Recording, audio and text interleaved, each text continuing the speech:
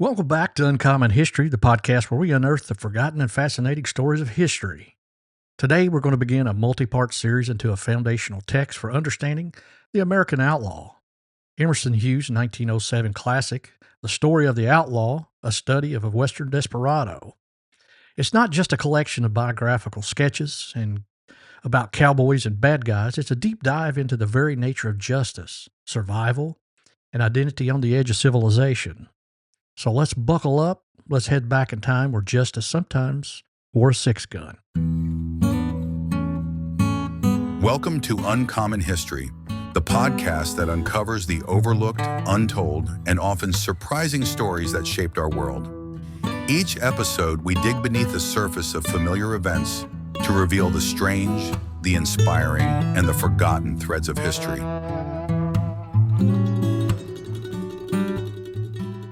Now, you might think outlaw and immediately picture the Wild West. Dusty saloons, high noon shootouts, and train robberies. And yes, Hugh certainly covers that. But what makes this book uncommon and perfect for our podcast is that it's a study. Hugh wasn't just telling tall tales. He was trying to understand why outlaws existed, how they operated, and what made them tick.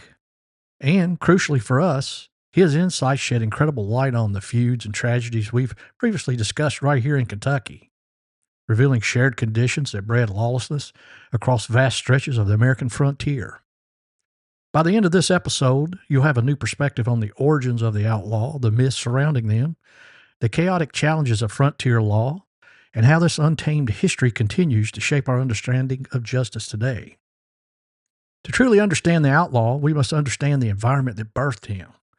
Imagine vast, wild territories, stretches of land almost completely ungoverned. Think about the Appalachian Mountains of eastern Kentucky, isolated and rugged, but also the sweeping plains of the deserts of the West. In both places, established law was distant whisper, not a daily reality. The outlaw wasn't simply born of inherent evil, but he was very much a product of specific frontier conditions. Think about this. Vast, ungoverned territories, no central authority, no quick response from a sheriff.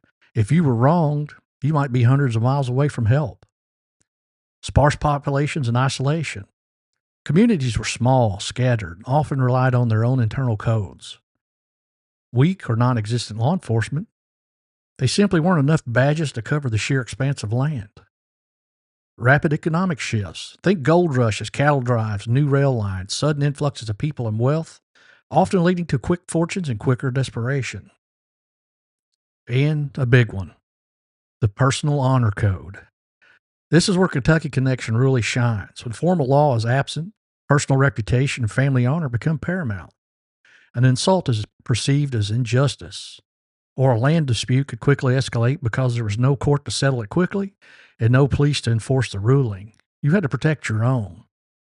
So the outlaw just wasn't a bad person, but often sometimes acting within context of a law vacuum. It was a world where self-preservation and the protection of your own interests or family often trumped the distant legal decree. This wasn't necessarily a noble savage scenario, but it was raw, pragmatic way of life where informal rules and direct action often filled the void. So who was this outlaw? There were various archetypes showing that the desperado wasn't a monolithic figure. It breaks it down beyond just good guys and bad guys, revealing the complex forces at play. One fascinating category is the accidental outlaw. This wasn't someone who set out to be a criminal.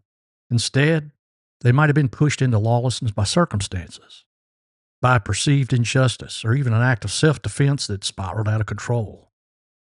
Think about land disputes turned deadly, or arguments over property lines that led to a killing. Without a quick and fair legal resolution, a man might take matters in his own hands, and suddenly, he's an outlaw, hunted by those who disagree with his justice. This echoes so strongly with the origins of many family feuds. One act, one perceived wrong, and suddenly entire families are caught into a cycle of vengeance, becoming outlaws in the eyes of the law. and even if they see themselves as avenging wrong. Then you had the professional bandit, the ones who chose the life of crime for profit, the train robbers, the cattle rustlers, and the bank robbers. These were often more calculated, though still operating within the frontier. And then, of course, the vengeful figure, a type crucial to understanding. These were individuals or even entire families driven by personal vendettas, where a cycle of retribution became their guiding principle. In the Hatfields and McCoys, for example, the legal system's slowness and perceived bias often fueled these cycles of violence, turning families into warring factions where personal vengeance superseded state law. The mountains of eastern Kentucky became a stage where family loyalty was a more powerful force than any government. This unwritten code of honor, where a slight demanded violent retribution, mirrored aspects of the Desperado Code, as Hugh describes. Figures like Billy the Kid, Jesse James, not just cartoon villains, but products of their environment. And importantly, even in 1907, Hugh was pushing back against the glorification of these figures. He wasn't writing a dime novel. He was trying to understand a phenomenon. He shows that while the legends grew, the reality was often brutal, short-lived, and anything but glorious. So, if the frontier created the outlaw, what eventually led to their decline? Hugh points to the inevitable march of civilization. As the frontier began to close, as populations grew, and as infrastructure like railroads and telegraphs spread, the conditions that bred outlaws started to disappear. We saw the arrival of more formal law enforcement, dedicated sheriffs, federal marshals, and even private agencies like the Pinkertons became more organized and effective. Land itself was being tamed. Stable communities, towns, and eventually states began to demand the establishment of more robust legal systems. The ideal of an individual or family justice began to give way, slowly, to the authority of the state and the federal government. It wasn't an overnight change, but the gradual tightening of these legal nooses around the necks of the lawless. And this trajectory, believe it or not, mirrors the winding down of the great Kentucky feuds. As the outside world encroached, as law enforcement became more determined, and as community simply grew exhausted from the cycles of violence, the feuds, too, began to fade. The sheer cost and loss of life, the constant fear, eventually even the most deeply entrenched vendettas succumbed to the slow but steady advance of order. But even as the physical outlaw faded, their legend grew. The man outside the law, whether he was Billy the Kid in the West or a feudist in the mountains, it became an enduring figure in American culture. We still tell their stories. We still watch their movies because they tap into something fundamental about freedom, rebellion, and the difficult, often bloody path from wilderness to civilization. The Outlaw offers us a fascinating lens through which to view American history. It reminds us that law and order isn't given. It's something we fought for, piece by piece, across the vast and often violent landscapes. It highlights how environments can shape behavior, how personal codes of honor can clash with formal law, and how the absence of justice can lead to devastating cycles of violence. So, as we reflect on the outlaw, whether they roam the prairies of the West or the hills of Kentucky, we're not just looking at colorful historical figures. We're examining a crucial chapter in the development of American society, where the line between hero and villain and between justice and vengeance was often blurred by the very conditions of the untamed frontier. What do these stories tell us about human nature when formal law breaks down? And do we still see echoes of these outlaw mentalities in modern society, even without the vast frontiers? So let's narrow our focus. We're going to dive into some of Hugh's most insightful observations about why the outlaw thrived, not just in the Wild West, but in any frontier region. Observations that resonate deeply with the blood feuds and tragedies we've explored right here in Kentucky. We're going to look at the crucial role, or rather, the lack of law enforcement, and how that vacuum paved the way for the individual justice and the collective violence. Hugh's words, even from over a century ago, paint a stark picture of a world where justice was often a personal pursuit, born of desperation and driven by a code of honor that could be as deadly as a bullet. So, let us pull back the curtain on this untamed world and understand why the law's shadow was so long and sometimes very thin. Hough, in his book, makes it clear that the most fertile ground for the outlaw was simply the absence of law. Not necessarily no law at all, but law that was distant, slow, and often powerless against the raw realities of frontier life. Imagine this. You're living on the edge of civilization. Your nearest neighbor might be miles away. The county seat, with its sheriff and courthouse, is a multi-day ride. You've worked hard to carve out a living.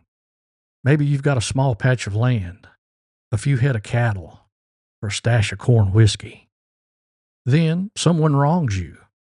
Maybe they rustle your cattle. Maybe they jump your land claim. Or, as often as the case is in Kentucky feuds, maybe a dispute over timber rights or an insult in the general store boils over. Now, what do? Do you wait weeks, maybe months, for a circuit judge to arrive? Do you ride all the way to the distant sheriff who might be overwhelmed, underpaid, and facing similar problems across hundreds of square miles? For many, the answer was no. Hough describes this perfectly. The individual felt compelled to protect his own rights. He writes, and I'm paraphrasing him here, that the individual who was his own law, the individual took care of his own rights, remained to the end the most impressive and most significant figure of the frontier. Think about that. The most impressive and significant figure was the one who enforced his own law. This wasn't necessarily about being bad. It was about survival and a deeply ingrained sense of self-reliance.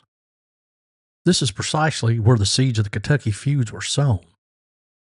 When local law was insufficient or perceived as biased, when court cases dragged on for years, or when the verdict felt unjust, families and factions took matters into their own hands. A single act of violence wasn't just a crime.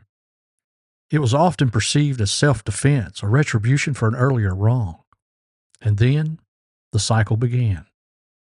It wasn't about the grand scale of train robberies. It was about the immediate, personal, and often bloody response to a perceived injustice in a system that simply couldn't reach them effectively. So what did justice look like in this environment? It often manifested as the manhunt, or what we might call vigilante justice. Hough paints a picture of a time where formal posses might be formed, but it was often made up of citizens, not professional lawmen. And if the formal posse failed or was too slow, then private vengeance took over. He talks about how the manhunt became the most picturesque and characteristic feature of border justice. This wasn't always a mob lynching, though that certainly happened. Sometimes it was just a determined group of individuals, or a family, pursuing wrongdoers across vast distances. Often without formal arrest warrants, without rules of evidence. Their goal wasn't to just capture, it was often retribution. The fugitive was expected to resist, and the pursuers were often prepared to kill. The concept of the manhunt and localized, self-administered justice is the very heart of the Kentucky feuds. The feuds weren't just often random acts of violence. They were often seen by participants as prolonged manhunts or acts of self-defense, retribution against rival families. If a man was killed, his family or clan felt a deep, almost inescapable obligation to avenge him. The law's long shadow meant that it reached these isolated communities too slowly, too inconsistently, or sometimes not at all. This left a void that was filled by personal honor, family loyalty, and the grim necessity of an eye for an eye. Hugh's observations, while written about the broader West, are a perfect mirror for the conditions in places like Bloody Breathitt County, or the setting of the Hatfield and McCoys. It was a region where a deeply rooted sense of individual or family honor, combined with limited access to effective legal resources, created a volatile environment. The outlaw wasn't always a professional criminal. Often, they were simply someone trying to survive or avenge in a world where the law was too far away to matter. As Hough makes clear, The era of the true frontier outlaw faded with the arrival of more organized law, better communications, and a denser population. The forces of civilization eventually caught up. But understanding this period and the conditions that fostered the outlaw is crucial. It's not just about romanticizing gunfighters. It's about recognizing the very real challenges of establishing order in a wild land. It shows us what happens when the law's shadow is too thin and how human nature, left to its own devices, can create both incredible resilience and devastating cycles of violence. The stories of Kentucky feuds and Hugh's study of the broader American outlaw are a potent reminder of just how fragile and how hard-won the concept of a truly lawful society can be. They push us to consider what happens when justice is a personal burden rather than a shared societal responsibility. On our next episode, we'll explore Bloody Breathitt, where feuds carved the landscape. That's all for this episode, so join us next time when we unearth another surprising corner of history. I'd love to hear your thoughts. Until then, keep exploring, keep questioning the stories you think you know.